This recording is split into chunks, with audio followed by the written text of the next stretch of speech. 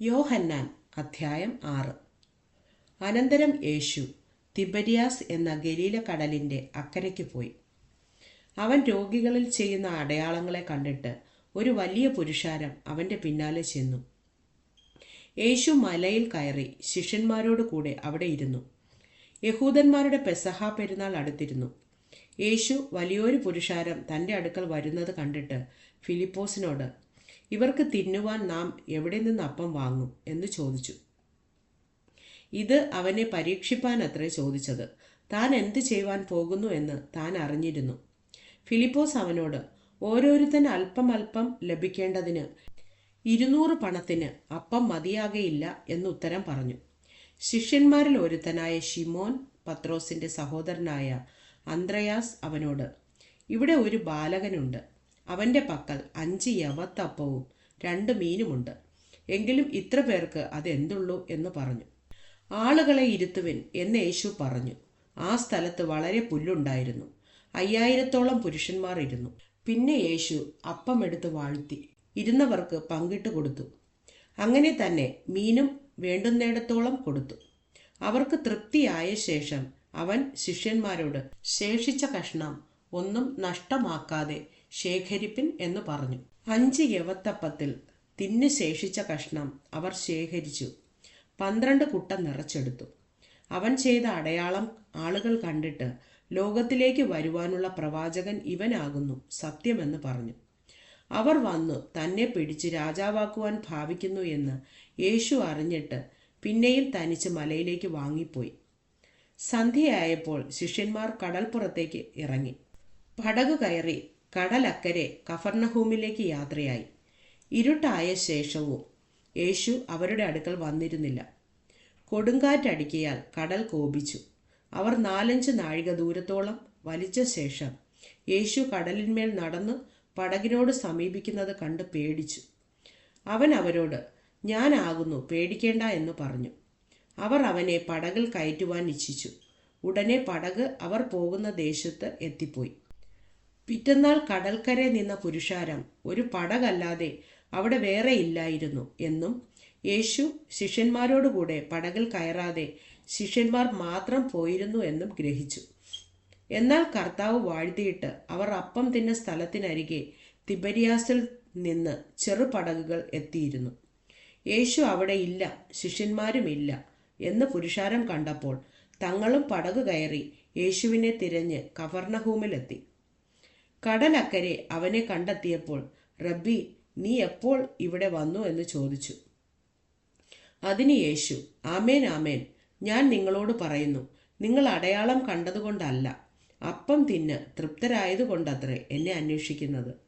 നശിച്ചു പോകുന്ന ആഹാരത്തിനായിട്ടല്ല, നിത്യജീവങ്കലേക്ക് നിലനിൽക്കുന്ന ആഹാരത്തിനായിട്ട് തന്നെ പ്രവർത്തിപ്പിൻ. അത് മനുഷ്യപുത്രൻ നിങ്ങൾക്ക് തരും. അവനെ പിതാവായ ദൈവം മുദ്രയിട്ടിരിക്കുന്നു എന്നുത്തരം പറഞ്ഞു. അവർ അവനോട്, ദൈവത്തിന് പ്രസാദമുള്ള പ്രവൃത്തികളെ പ്രവർത്തിക്കേണ്ടതിന് ഞങ്ങൾ എന്തു ചെയ്യണം എന്ന് ചോദിച്ചു. യേശു അവരോട്, ദൈവത്തിന് പ്രസാദമുള്ള പ്രവൃത്തി അവൻ അയച്ചവനിൽ നിങ്ങൾ വിശ്വസിക്കുന്നതത്രേ എന്നുത്തരം പറഞ്ഞു. അവർ അവനോട്, ഞങ്ങൾ കണ്ടു, നിന്നെ വിശ്വസിക്കേണ്ടതിന് നീ എന്തടയാളം ചെയ്യുന്നു, എന്ത് പ്രവർത്തിക്കുന്നു? നമ്മുടെ പിതാക്കന്മാർ മരുഭൂമിയിൽ മന്ന തിന്നു, അവർക്ക് തിന്നുവാൻ സ്വർഗത്തിൽ നിന്ന് അപ്പം കൊടുത്തു എന്ന് എഴുതിയിരിക്കുന്നുവല്ലോ എന്ന് പറഞ്ഞു. യേശു അവരോട്, ആമേൻ ആമേൻ, ഞാൻ നിങ്ങളോട് പറയുന്നു, സ്വർഗത്തിൽ നിന്നുള്ള അപ്പം മോശയല്ല നിങ്ങൾക്ക് തന്നത്, എൻ്റെ പിതാവ് അത്രേ സ്വർഗത്തിൽ നിന്നുള്ള സാക്ഷാൽ അപ്പം നിങ്ങൾക്ക് തരുന്നത്. ദൈവത്തിൻ്റെ അപ്പമോ സ്വർഗത്തിൽ നിന്ന് ഇറങ്ങി വന്ന് ലോകത്തിന് ജീവനെ കൊടുക്കുന്നതാകുന്നു എന്ന് പറഞ്ഞു. അവർ അവനോട്, കർത്താവേ, ഈ അപ്പം എപ്പോഴും ഞങ്ങൾക്ക് തരണമേ എന്ന് പറഞ്ഞു. യേശു അവരോട് പറഞ്ഞത്, ഞാൻ ജീവൻ്റെ അപ്പമാകുന്നു. എൻ്റെ അടുക്കൽ വരുന്നവന് വിശക്കയില്ല, എന്നിൽ വിശ്വസിക്കുന്നവന് ഒരു നാളും ദാഹിക്കയുമില്ല. എന്നാൽ നിങ്ങൾ എന്നെ കണ്ടിട്ടും വിശ്വസിക്കുന്നില്ല എന്ന് ഞാൻ നിങ്ങളോട് പറഞ്ഞുവല്ലോ. പിതാവ് എനിക്ക് തരുന്നതൊക്കെയും എൻ്റെ അടുക്കൽ വരും. എൻ്റെ അടുക്കൽ വരുന്നവനെ ഞാൻ ഒരു നാളും തള്ളിക്കളയുകയില്ല. ഞാൻ എൻ്റെ ഇഷ്ടമല്ല, എന്നെ അയച്ചവൻ്റെ ഇഷ്ടം അത്രേ ചെയ്യുവാൻ സ്വർഗത്തിൽ നിന്ന് ഇറങ്ങി വന്നിരിക്കുന്നത്. അവൻ എനിക്ക് തന്നതിൽ ഒന്നും ഞാൻ കളയാതെ എല്ലാം ഒടുക്കത്തെ നാളിൽ ഉയർത്തെഴുന്നേൽപ്പിക്കണം എന്നാകുന്നു എന്നെ അയച്ചവൻ്റെ ഇഷ്ടം. പുത്രനെ നോക്കിക്കൊണ്ട് അവനിൽ വിശ്വസിക്കുന്ന ഏവനും നിത്യജീവൻ ഉണ്ടാകണമെന്നാകുന്നു എൻ്റെ പിതാവിൻ്റെ ഇഷ്ടം. ഞാൻ അവനെ ഒടുക്കത്തെ നാളിൽ ഉയർത്തെഴുന്നേൽപ്പിക്കും. ഞാൻ സ്വർഗത്തിൽ നിന്ന് ഇറങ്ങി വന്ന അപ്പം എന്ന് അവൻ പറഞ്ഞതിനാൽ യഹൂദന്മാർ അവനെക്കുറിച്ച് പിറുപിറുത്തു. ഇവൻ യോസേഫിൻ്റെ പുത്രനായ യേശു അല്ലയോ? അവൻ്റെ അപ്പനെയും അമ്മയെയും നാം അറിയുന്നുവല്ലോ.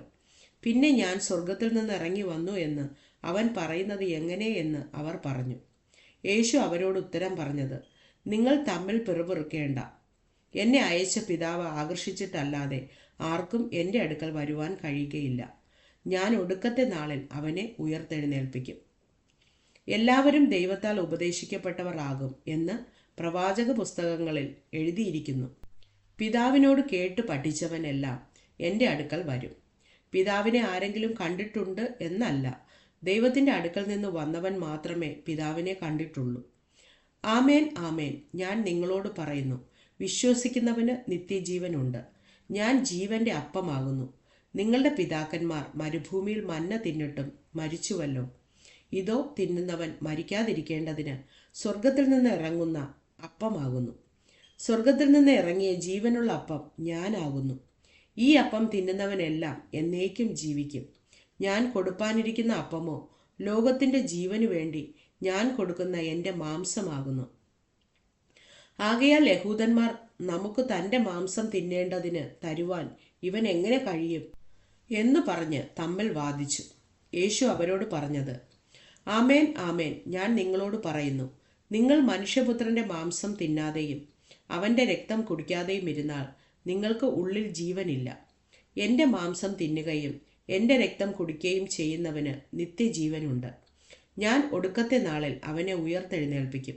എൻ്റെ മാംസം സാക്ഷാൽ ഭക്ഷണവും എൻ്റെ രക്തം സാക്ഷാൽ പാനീയവുമാകുന്നു. എൻ്റെ മാംസം തിന്നുകയും എൻ്റെ രക്തം കുടിക്കുകയും ചെയ്യുന്നവൻ എന്നിലും ഞാൻ അവനിലും വസിക്കുന്നു. ജീവനുള്ള പിതാവ് എന്നെ അയച്ചിട്ട് ഞാൻ പിതാവിൻ മൂലം ജീവിക്കുന്നത് പോലെ എന്നെ തിന്നുന്നവൻ എന്മൂലം ജീവിക്കും. സ്വർഗത്തിൽ നിന്ന് ഇറങ്ങി വന്ന അപ്പം ഇതാകുന്നു.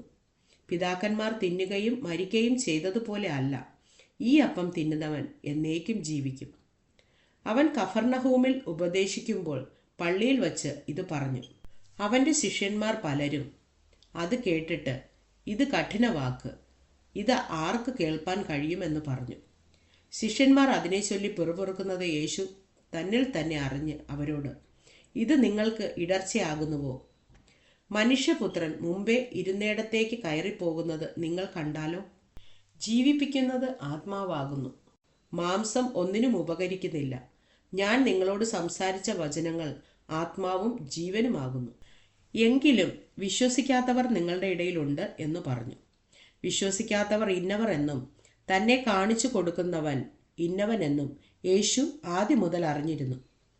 ഇത് ഹേതുവായിട്ടത്രേ ഞാൻ നിങ്ങളോട് പിതാവ് കൃപ നൽകിയിട്ടല്ലാതെ ആർക്കും എൻ്റെ അടുക്കൽ വരുവാൻ കഴിയുകയില്ല എന്ന് പറഞ്ഞത് എന്നും അവൻ പറഞ്ഞു.